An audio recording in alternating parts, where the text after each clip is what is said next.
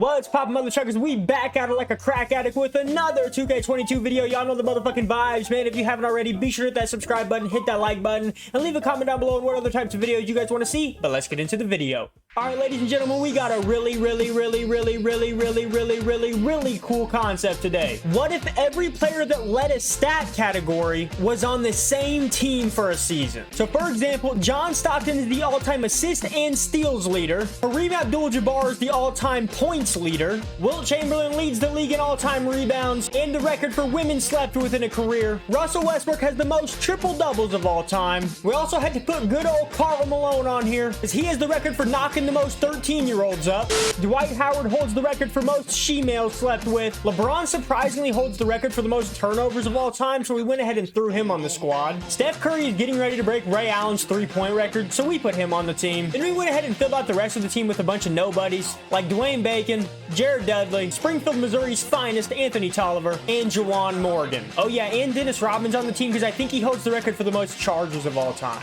Long story short, we're going to be simulating a season with these guys to see what happens. Clearly, this team is #1 in the power rankings to begin the season. Let's go ahead and simulate this game against the sorry-ass Golden State Warriors who now don't have Steph Curry. All right, simulated this game and they win 134-95. Pretty well-balanced scoring attack, actually. Steph Curry and Kareem Abdul-Jabbar both have 22 points. Wilt Chamberlain has 21 points and 11 rebounds. Holy crap, John Stockton had 16 assists. A team with this much talent would be so lethal with John Stockton. LeBron James went 4 for 5 from 3. I don't know if I would believe that would happen.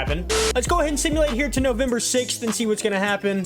They still have not taken an L yet. And oh my goodness, they put up 175 points against the Cleveland Cavaliers, dude. Let's go look at the stats that happened in this game. Someone had to score fucking a ton of points. Stephen Curry had 41 points and 10 assists in this game. Oh my God. Karl Malone with 25 points, 11 rebounds, 8 assists, and 1 pedophile charge. John Stockton out here balling though for the white boys. 19 points and 18 assists with only 2 turnovers. That's a 9-to-1 assist to turnover ratio. And this is the second game now where Russell Westbrook got a did not play. So just like in real life, Russell Westbrook is still a fucking liability. Dennis Rodman though with the triple-double of his own, going 2 points, 2 rebounds, and 2 assists. It's crazy though because every single player scored in double digits except Dennis Rodman. Through this far in the season though, the team is 10-0 and averaging 140 points a game while only giving up 94 points. That is nuts, dude. None of the players are even in the top 10 for points per game though. Luka Doncic out here going berserk, scoring 36 points a game right now while also almost averaging a triple-double. Look at De'Aaron Fox finally doing something with his life in Sacramento. 29 points a game. That boy Ice Trey Daddy.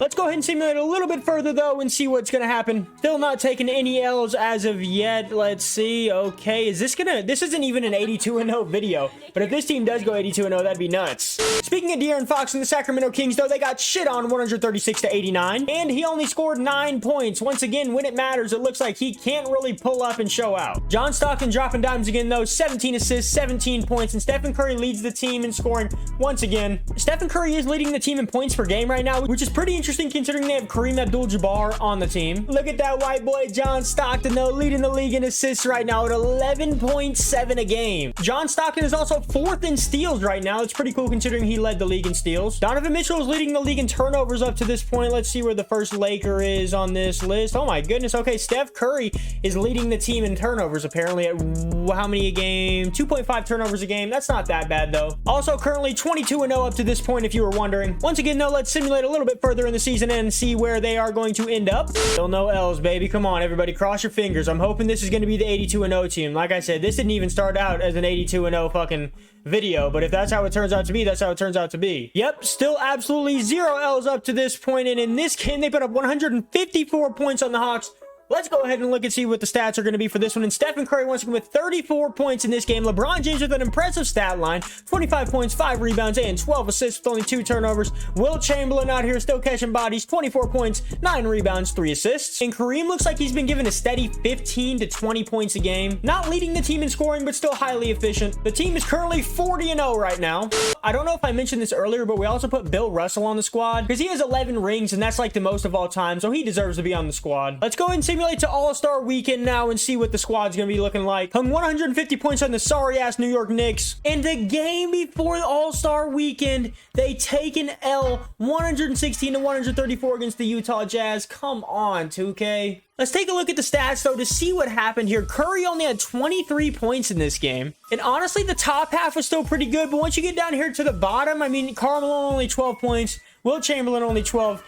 Hakeem Olajuwon only 10 points. They just didn't get the productivity offensively that they needed, it looks like. And it looks like Anthony Davis is on the Utah Jazz as well as Donovan Mitchell. They both went nuts, almost dropping 30 points. Anthony Davis with 32, Donovan Mitchell with 25. So I guess the weakness that this squad may have would be going up against a dominant wing and a dominant post player. Now that we saw them take their first L, though, let's go ahead and simulate the rest of the regular season so we can go ahead on and get to the playoffs. Here we are at the end of the season, and Giannis Antetokounmpo wins MVP for the Milwaukee Bucks, going for 29 points, 12 rebounds, and 5 assists. You got Cade Cunningham coming out with the Rookie of the Year award. Kareem Abdul-Jabbar wins 6th Man of the Year. It'd be nice to have the leading scorer in NBA history as your 6th man. What a luxury. Giannis wins Defensive Player of the Year. I was really hoping Dennis Rodman was going to win that one. Frank Vogel, the coach of this team, though, by default wins Coach of the Year as this team goes 80-2. So obviously they got the #1 seed where they'll be taking on the Phoenix Suns in the first round. Before we get into the playoffs, though, let's go ahead and look at the season stats right here. League leaders. Luka Doncic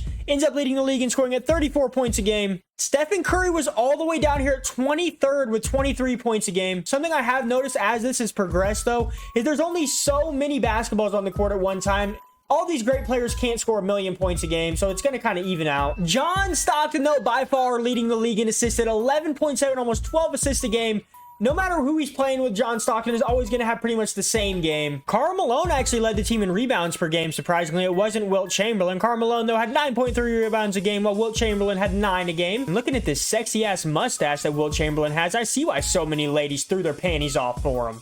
Let's go ahead here and simulate this first round of the playoffs right here and see what's going to happen. And it should be a clean sweep. It was. Let's go ahead and take a look at some of the stats to see what happened. Game 1, Wilt Chamberlain had 26 points. LeBron had 21 points. Game number 2, LeBron James comes in big time with 29 points, 5 rebounds, 8 assists. Game 3, Stephen Curry is right back up there with 26 points a game. And then the closeout game, Kareem had 32 points, going 12 for 15. Look at LeBron getting in here on the assist action, though. 16 points, 11 assists. Very solid series for all of them. Now they take on the Portland Trailblazers and Damian Lillard, though. Let's go ahead and simulate this round and see what happens. And they don't even come close to dropping a game. Damian Lillard had 35 points in the closeout game, but it just wasn't enough as there's just too much firepower on this squad. And I mean, the craziest part, guys, is look at this. Look at the efficiency. 9 for 14, 8 for 16, 10 for 11, 7 for 11, 7 for 13, 4 for 5, 5 for 7. Everyone is shooting well over 50%. You're just not going to beat this squad when they're that efficient. This is interesting, though, ladies and gentlemen. Now they're playing the Utah Jazz in the Western Conference Finals, who were actually one of their 2 losses on the season.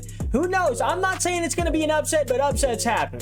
All right, here we go. Let's go ahead and simulate this round, and it was a clean sweep once again. Looking at the box score, and holy shit, in game 1 of this series, Kareem Abdul-Jabbar had 43 points, going 16 for 19, 11 for 12 from the free throw line.